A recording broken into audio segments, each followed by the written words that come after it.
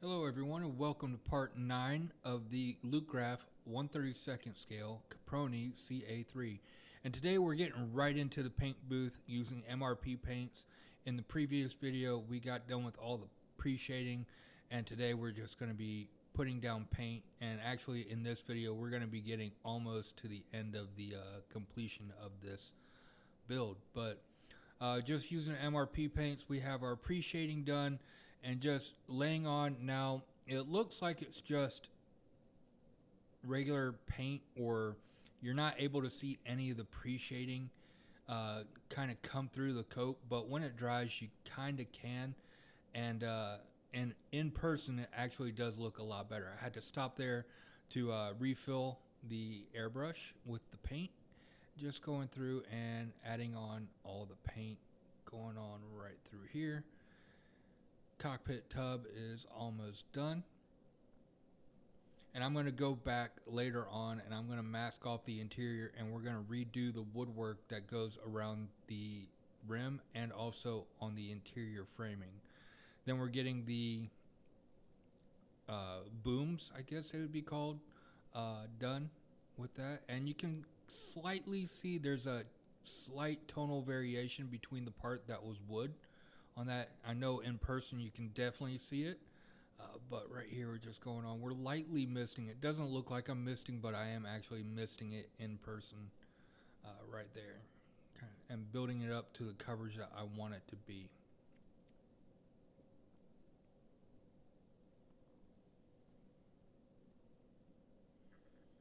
And then after all the painting is done, we're going to go in and do some detail painting, like on all the pulleys and a few other parts that need some detail painting on that.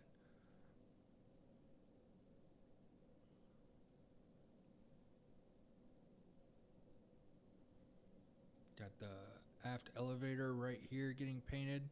The good thing about this MRP paint is that it dries almost immediately to the touch. I really don't have to worry about leaving fingerprints unless I really lay it down thick. But as long as you mist it on and do multiple coats of the paint in light mist, it dries almost immediately to where you can flip it over immediately, grab it, and paint it. I still use gloves just in case. I don't want to leave any fingerprints, and also I don't want to have paint all over my hands.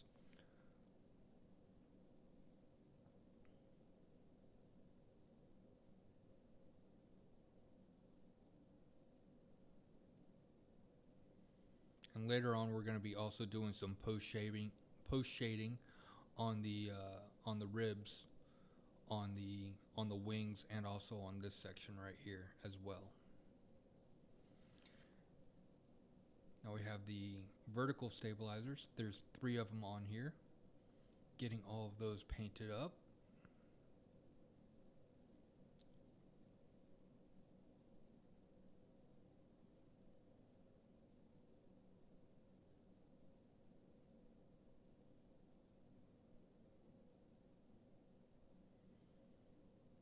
And this is going to be a little bit longer, actually a lot longer of a video today, because we are cramming in a whole week's worth of work, and we did do a lot of work. When I was editing the video, I had about 9 hours worth of video to edit down, and I was able to get it down to an hour. So it's cut out a lot of the duplicate stuff, but still leaving in some of it as well.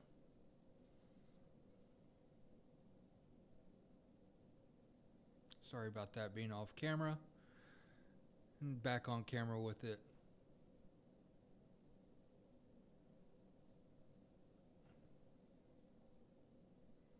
Now we're starting with the wings. These wings took up a lot of paint. The whole build took about almost 2 bottles worth of paint to get done, and that is with the pre-shading of the lighter areas to help reduce the amount of paint that was needed. So if you didn't pre-shade, it would have taken a lot more paint. Kind of being careful here not to hit the natural metal parts for the bottom of the engine bays right here, but going on, just misting on. flip her around and repeat.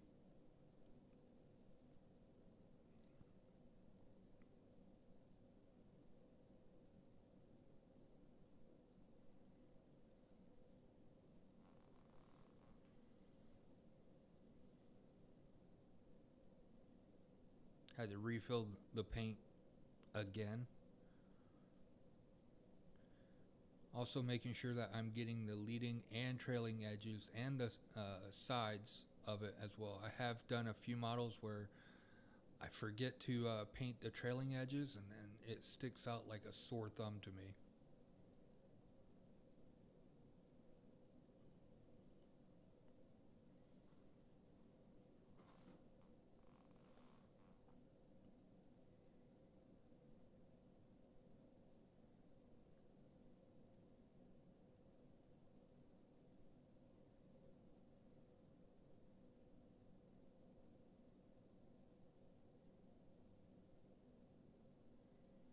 Right now you can kind of see the variation in the tones with the pre-shading. I had to get a little hair off right there, but yeah, with the pre-shading of the yellow and the green and the white and all that stuff really helps bring out the ribs, makes them stand out a little bit more. And then we're going to be going in and doing some post shading on those as well here in a little bit.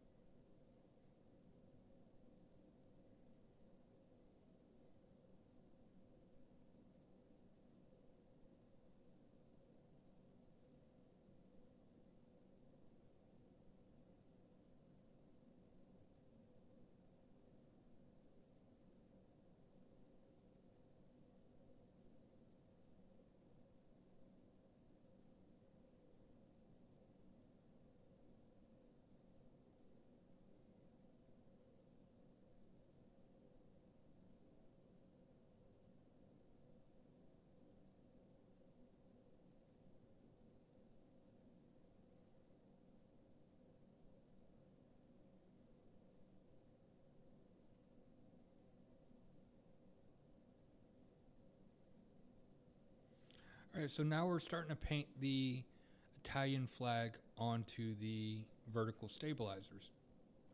And starting off, I'm masking off the white section. I'm going to paint the white stripe first, and then we're going to go in and mask the red and green off. I did notice later on when I was actually doing the assembly that I got the stripes painted on in the wrong direction. So I had to go back and basically bring it back down the primer, prime it, and then repaint everything again. Now I left that off because it's the same technique, just different orientation of the rudders or the vertical stabilizers. So just getting that masked off, and then we're going to be going to the paint booth here in just a second. I am going to be using the MRP once it gets into focus, Colore 6 Bianco Neo 9, and getting that all painted right there. We're doing the pre-shading for the green and the red as well while we're doing this. Make sure we get that leading edge and trailing edge. And then we know the middle stripe is going to be white, so we're going to go a little bit heavier on that so we can get a full coverage. And then repeat for the other side as well. And then we're going to also repeat it for the other two.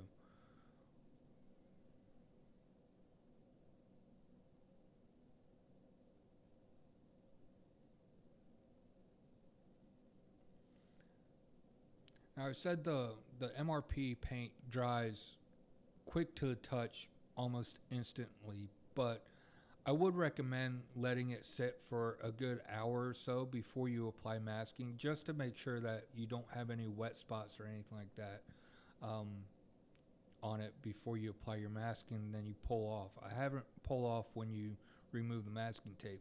Luckily, with the Tamiya tape, I really haven't had that issue with the removing of paint when demasking an area, but just let it set for 30 minutes to an hour before you put tape over it, and you'll be good to go for future projects or future painting.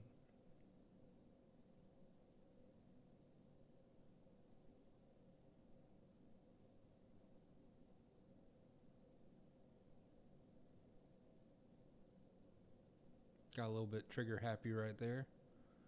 It'll blend in.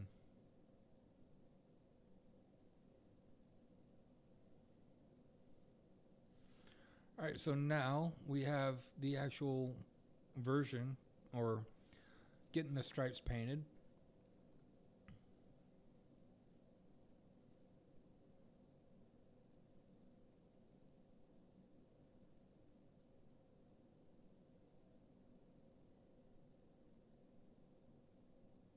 Masking off the white section, and we're going to go in with the green and then the red after that's all done.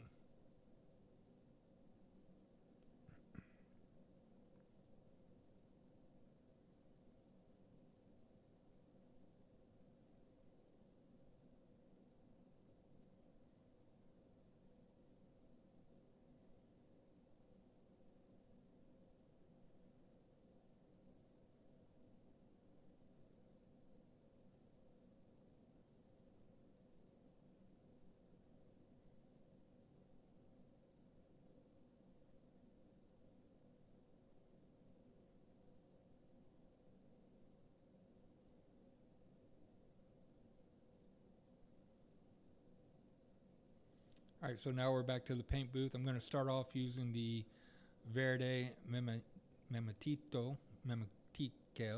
Sorry for butchering that.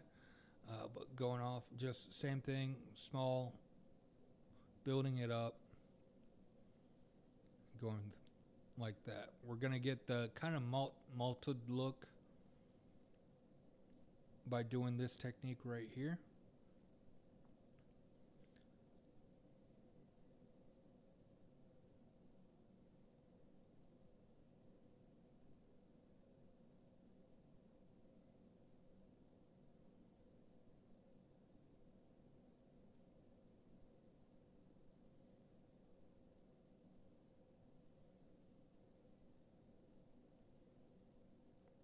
Then up next, we're going to be using a red. Now, sorry, I forgot to film the color red that I am using. It's the Italian red from MRP.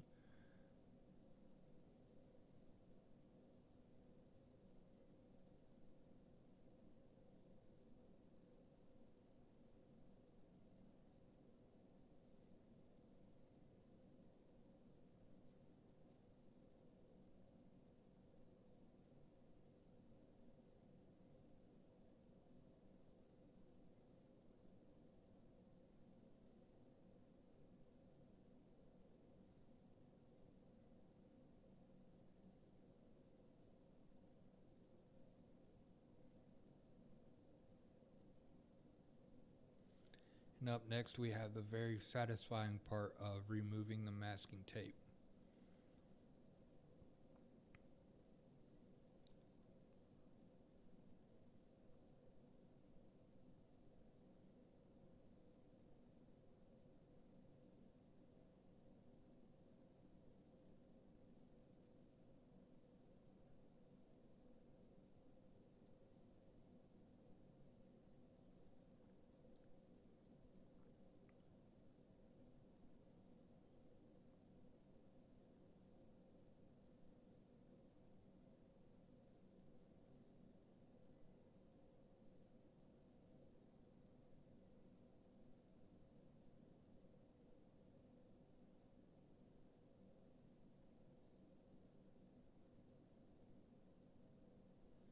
Spoke too early. This one I did have a little bit of paint come off with the masking, just a little bit of dust that got into the paint or to onto the paint.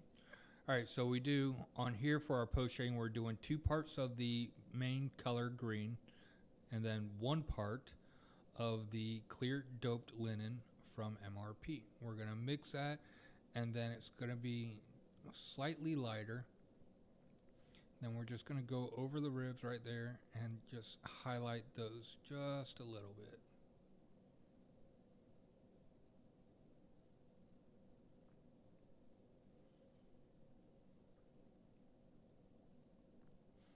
Just on the areas that there's going to be the most tension on the fabric.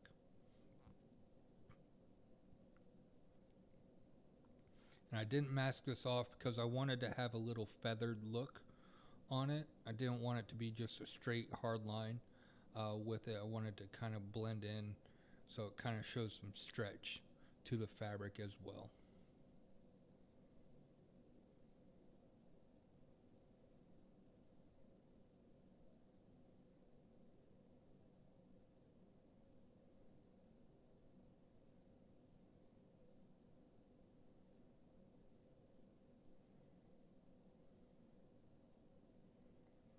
Some of the lines, my fingers kind of twitched a little bit. I went a little bit harder or a little bit deeper than I wanted to, but I still think it looks pretty good.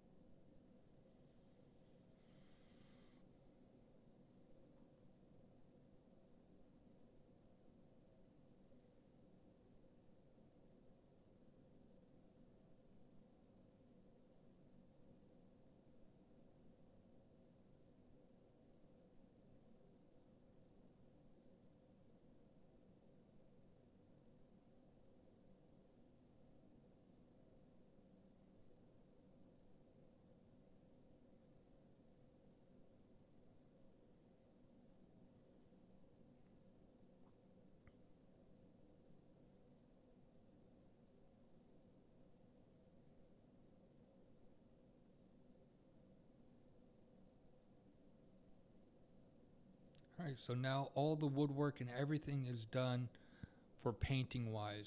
So we're removing all the masking, and then after that is all done, we're going to be applying the matte clear coat. Now you can see some of the areas I wasn't really too worried about having a perfect masking job because that is going to be covered up by other parts. Like the boxes right there, we're going to have boxes over that. And in the middle section right there, we're going to have fuel tanks that are covering that up. So I wasn't worried about having a 100% perfect masking job on that area. The areas I was worried about was up front where the wood and the fabric are, and then also like where the wood floor is.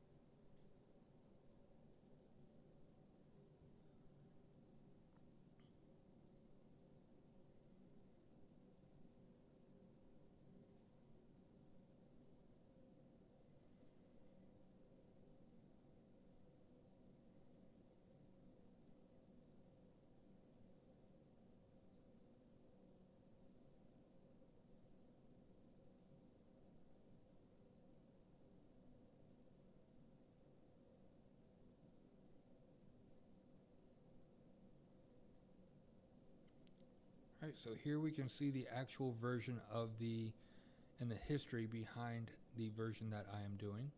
And you can read that right here. If you need it any longer, you can pause it.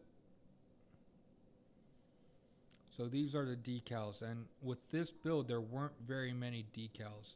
And with this I'm using my standard technique of a warm water in a bowl, and one of the tools I use for that is the a candle warmer.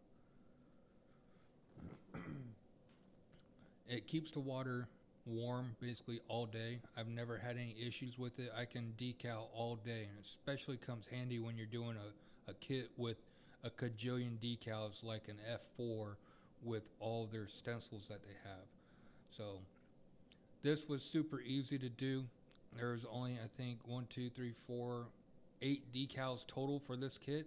Now these roundels were very difficult to get off, and they were a little bit thick, but it actually kind of worked out in the long run. As you'll see here in a second, I need to get it repositioned, and just adding water to slide it like most decals you can do, that just wasn't working. So I literally had to peel it up on one side and pull it into position, and luckily the decal was thick enough that it didn't tear when I did that. So just getting all the water out, and around all the ribs, getting the water out was very difficult to do. So just working with the Q-tip or cotton bud, having to use multiple cotton buds, and now I am applying the microsaw set. I did that 3 more times on that, and now we are starting the assembly.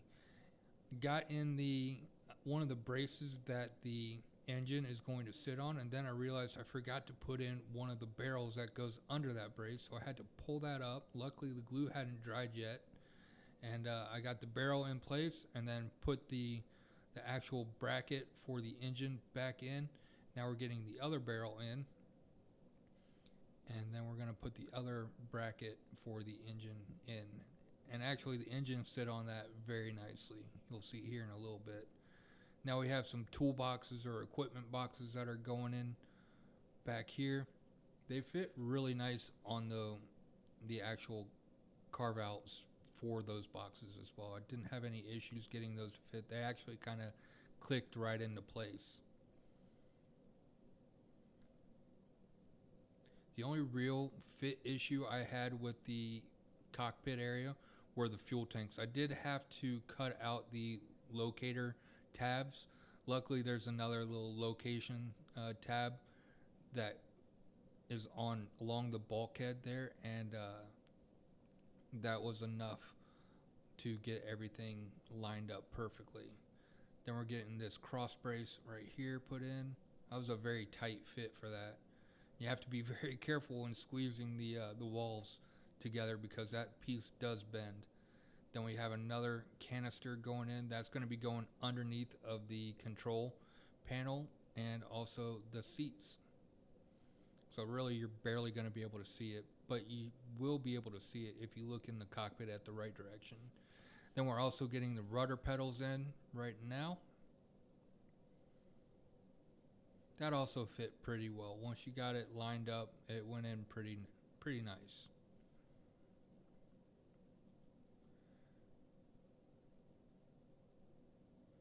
Then we have another cross brace for the cockpit tub to help add some sturdiness to the walls.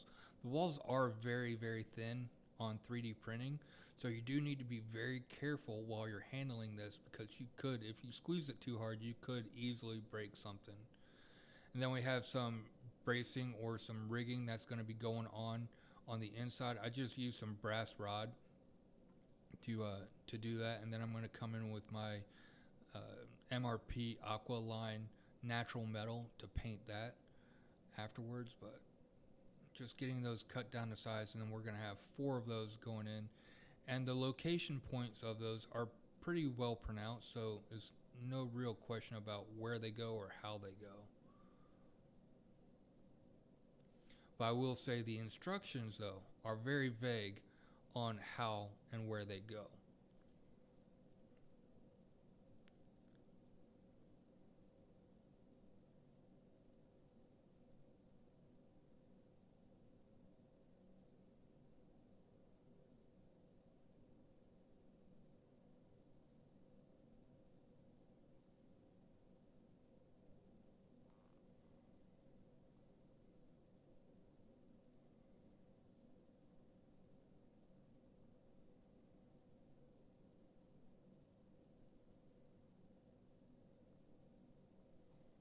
now we're getting those painted again with the MRP Aqualine Natural Metal.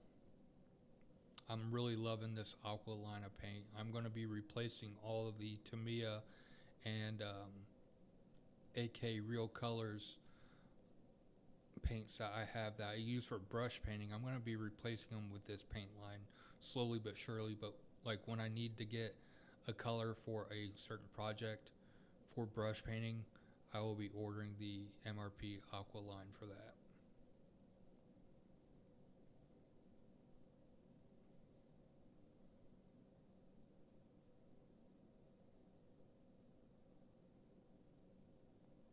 Alright, so back to final assembly on here. We got the control panel attached, and now we're getting the control wheels in. Those fit perfectly. I didn't have any issues with those whatsoever. And then now we're getting the seats in.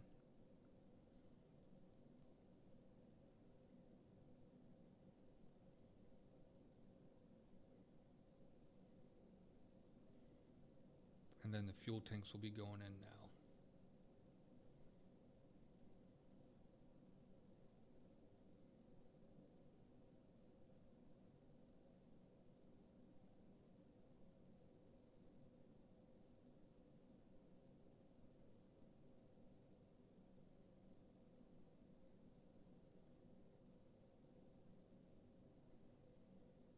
Okay, now we're starting to add in the struts. Had to re-drill some of the holes just to make them a little bit larger. Actually, no, I'm sorry. We got two of the struts attached, and then we have these two bars that are supposed to go down and support the front struts. But as you can see here, it has us connect them in two different pieces right here, and it just would not hold up. And then when you put weight on it, that thing would snap so easily. So what I ended up doing was I trashed those parts, and I got some of the rod that was provided in the kit, and I used that as instead, as you can see here, which is a much stronger hold. And now we're doing a test fit, and we're going to be getting the cockpit onto the wings. Getting them glued on just using the standard CA glue like we've used in the rest of this build.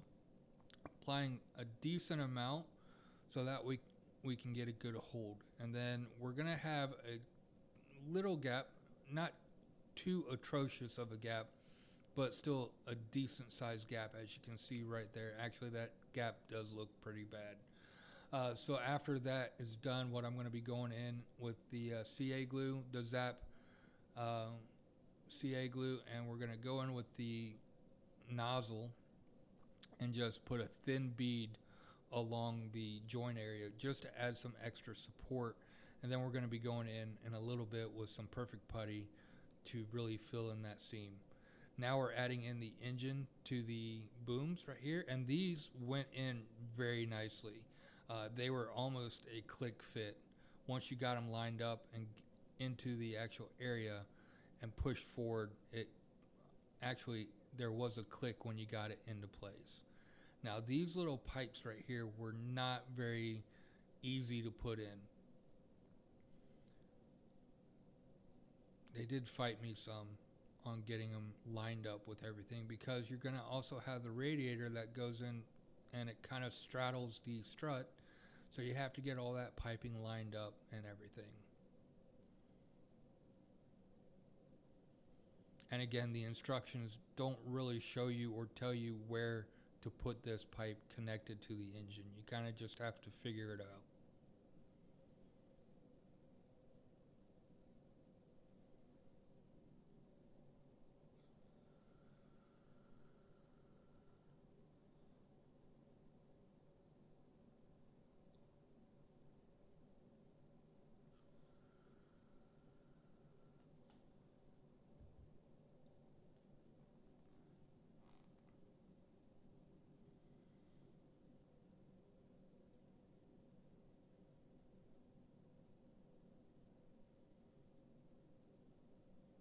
Now we're getting the first radiator attached to the fuselage part, and then we're going to get that piping lined up. Then repeat for the other one.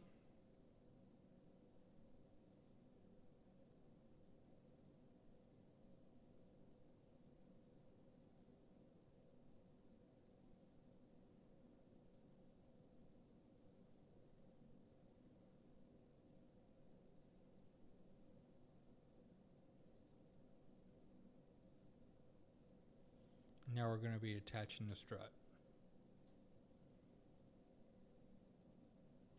One thing I should have done before I attached the radiator was making sure that the hole for the support for the strut was deep enough.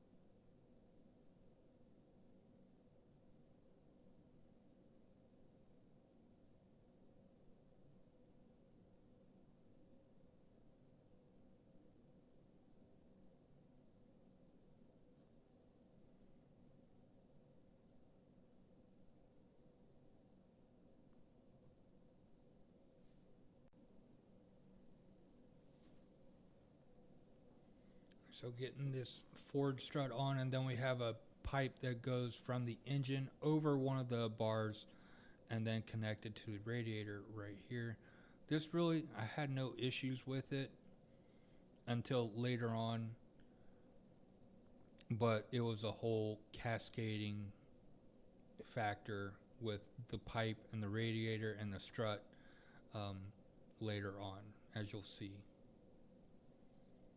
So the engines really do look very good. I'm really happy with how those turned out. Only thing I think I would have done differently is I would have gotten some paint to paint the rust instead of using the watercolor pencils for the rust marks on the exhaust pipes. So now I'm going in and I'm adding my perfect putty right here. Sadly, the one problem with this perfect putty is it dries out super fast in the tube. So the precision nozzle, I was able to use it for maybe 2 or 3 uses, and then it dried up to the point where it's not usable anymore. Now I am cleaning it up with just a wet cotton bud. I did let it dry this time. Now when I attach the engine nozzles, I did do it when cleaned it up when it was still wet, because now I'm going to have to go in after this and just clean up the residue. I think I had to do it like 3 or 4 times just to get it all the way cleaned up. But still a lot easier than sanding, especially in that area right there. This putty is perfect for wing roots or joint areas like this.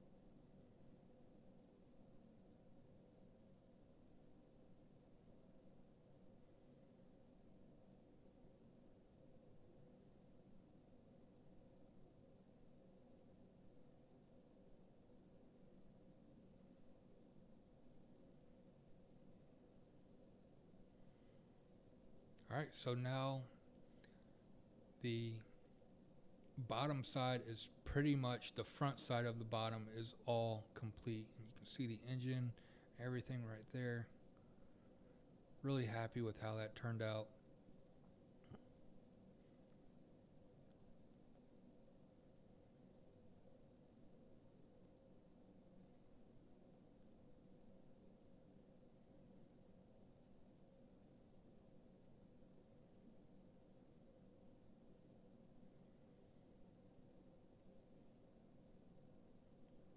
And now we're starting on the horizontal and vertical stabilizer area.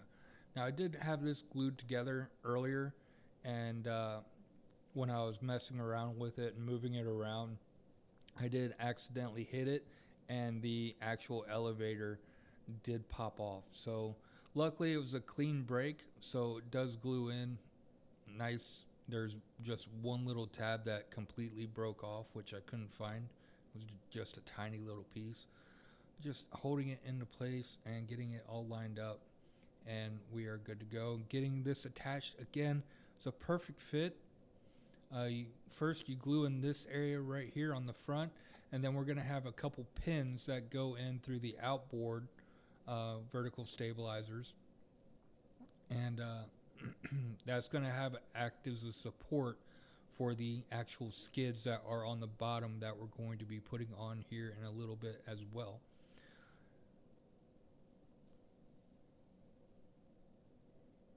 Now that I have the stripes painted on in the correct orientation, we're also adding a couple of braces for the center vertical stabilizer as well. Got a little bit too much super glue on the end of the stick right there, so I'm gonna have to take care of that with a little bit of matte coat so it doesn't show up on a flashlight. And then we're getting the outboard stabilizers attached as well, making sure that we have them on the correct sides.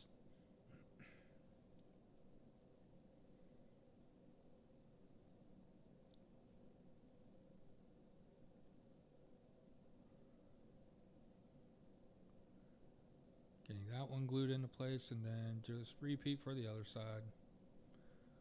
Letting it sit in place for a little bit. And then we have this little piece that's going to have a rigging guide for that right there.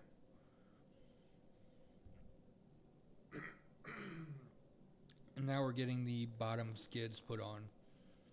No issues with the fit on that. One of them is a little bit off when I flipped it around because the brace or the pin that I cut for it wasn't long enough, so it is hanging a little bit short.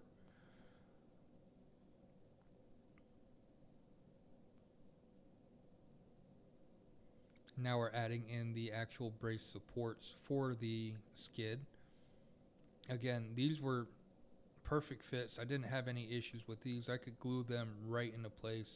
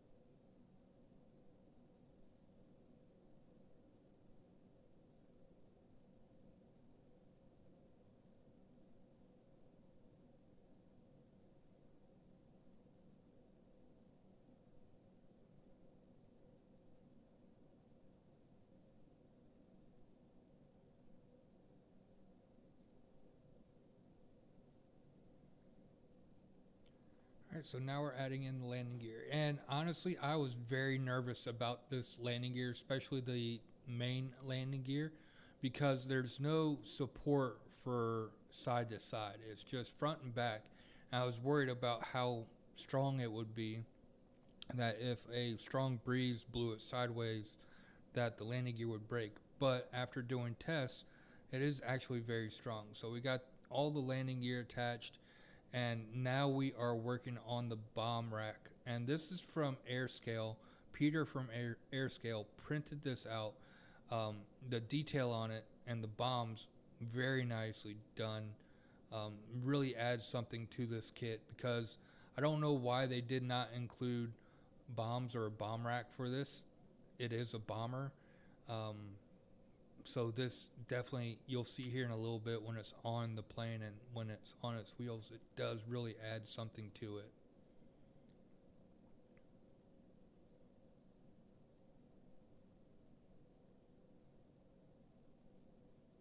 And these bombs just slide right into the mounts for it.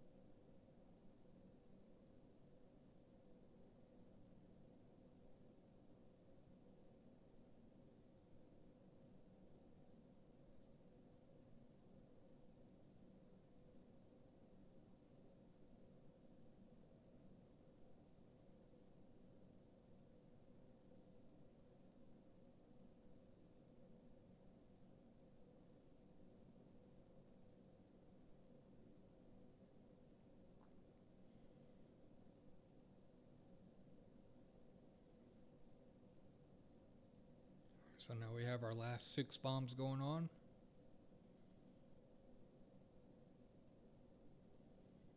When I looked it up on Google, it did say that the bombs were either painted in olive drab or left in their natural metal state. So I decided to do a little bit of a mix up with the natural metal and the olive drab.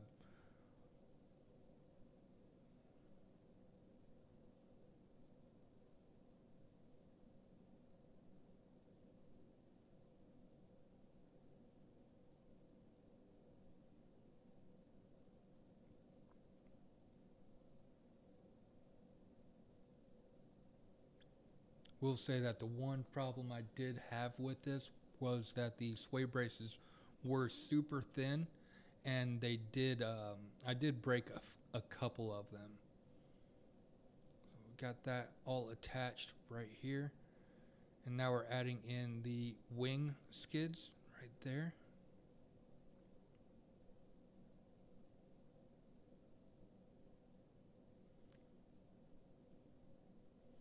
Said the roundel decals were very thick, so those were very hard to do. Now we start running into the major headache of this whole build right here. And that is getting the upper wing attached to the struts. Now when you're doing a standard injection molded kit, you have a little bit of a leeway with the braces or the struts. If you need to bend it out a little bit to get it to fit in place for just a second, you have a little bit of leeway. But with these, because we had to use CA glue, there is no leeway on that. So I did have, you'll see here in a second, a few of them pop off, and it got really, really frustrating here in a second. So you're going to see, I'm going to struggle with this for a little bit, and then we'll go from there.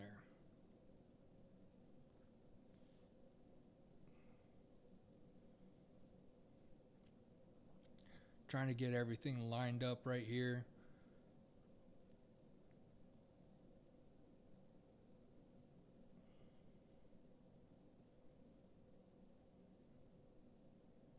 just does not want to fall into place.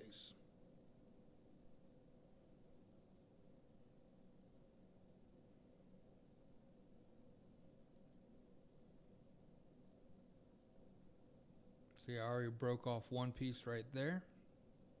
So having to reattach that along with the radiator, this piece became a major headache because it did not want to stay attached.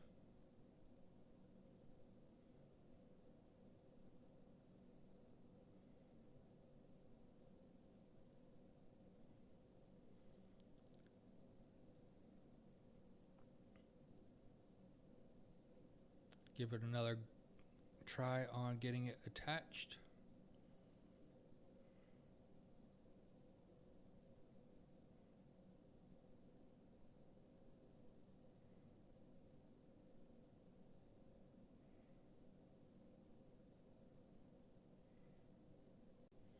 Alright, so we're giving it another go right here, but I think one of the tools that I need to get to really help out is I need to get a biplane jig. I have a standard jig, but I need to get a biplane jig to really help out with getting these done. So I think that's going to be one of the things I have on my purchase list for the near future. But other than that, that's all I have for the voiceover. You're going to get to see my pretty face here in just a second as I do the outro. So I'll see you in 1 second.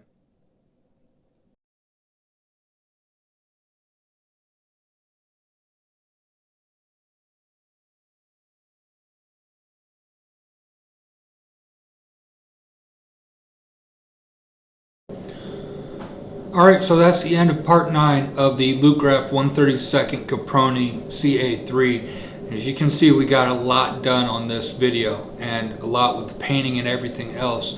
And then started the final assembly, got all the way to the part where we attached the upper wing, and that's where I started running into issues on getting everything lined up and all that. And having issues, I was losing patience, I was getting frustrated. So this one is getting put aside for a little bit. I'm going to finish off the other builds I have going on the bench right now, and then we'll get back to this one. So I am going to finish it. It's just going to be a little ways down the road. So apologize for everybody that was really following this one. Stick around. Hopefully within the next couple months I will get back to it. But for now, it's just I want to make sure that I do this right and I don't bin this kit. I don't want to trash this kit because it is a very expensive kit, and I did also have a lot of fun, and it does look good up until this point. And I just need to make sure that the upper wings are going on correctly. And this one, there's not a lot of leeway with the struts, unlike Wingnut Wings kit or any of the other ones where they're styrene, where if you need to kind of move it a little bit to one side or the other, you have a little bit of leeway with that. With this one, with having to use CA glue, there is no leeway because I had a couple struts pop off. So like I said, I'm just gonna set this aside for a little bit, and then we'll get back to it a little later on, because I want to come back to it and I want to finish it because I am really happy with the way that it's turning out right now. But that's it for today, and I hope you guys have enjoyed this up to this point, and we'll be back for the next video. When we get back to it, we'll be putting the upper wing on, and then we'll start the rigging of this thing. And the rigging of this is an absolute monster. There is a lot going on with the rigging. So that's what are going to be the next steps for when this returns to the channel. Like I said, hopefully a couple months or so. We'll have to see. Other than that, thank you guys for watching, and I hope you guys enjoyed. If you haven't yet, don't forget to hit the like and subscribe, and hit the bell button for notifications of when I post future videos, like when the Caproni gets back on the bench. So other than that, that's all I got. So till next time, I hope you guys have a great day. I'll see you later. Bye bye.